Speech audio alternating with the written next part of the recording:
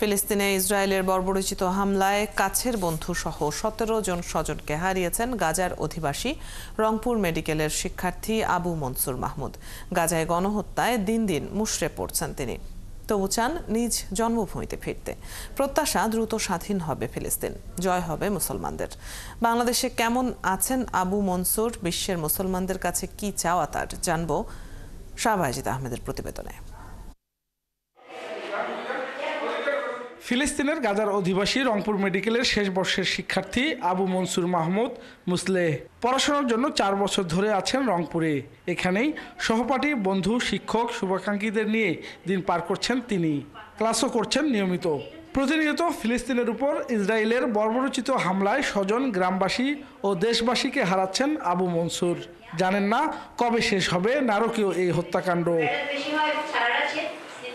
যদিও মনসুর ও তার পরিবার ফিলিস্তিনের বাইরে থাকার কারণে নিরাপদে আছেন, কিন্তু দেশের স্বজন, প্রতিবেশী কেউ ভালো নেই।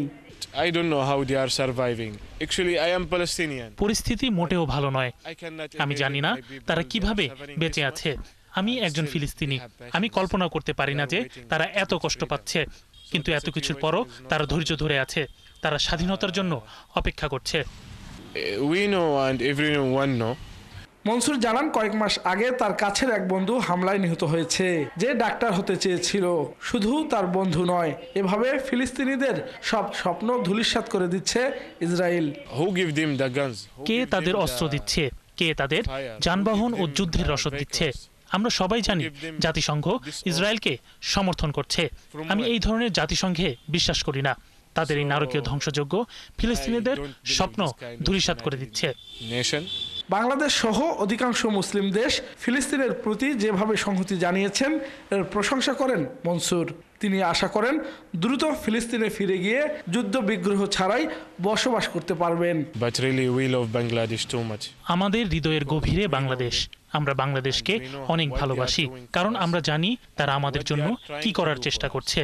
তারা যেভাবে আমাদের পাশে দাঁড়িয়েছে ও আমাদের সমর্থন করছে, এটা সত্যি অসাধারণ। আমি নিজের চোখে অনেক বাংলাদেশিকে দেখেছি যারা ফিলিস্তিনিদের, বিশেষ করে গাজাবাসীদের সাহায্য করার জন্য সবকিছু করতে রাজি। মনসুরের মতো আরো 200 জনের বেশি ফিলিস্তিনি আছেন বাংলাদেশে। শাহবাজিদ আহমেদ, 71, রংপুর।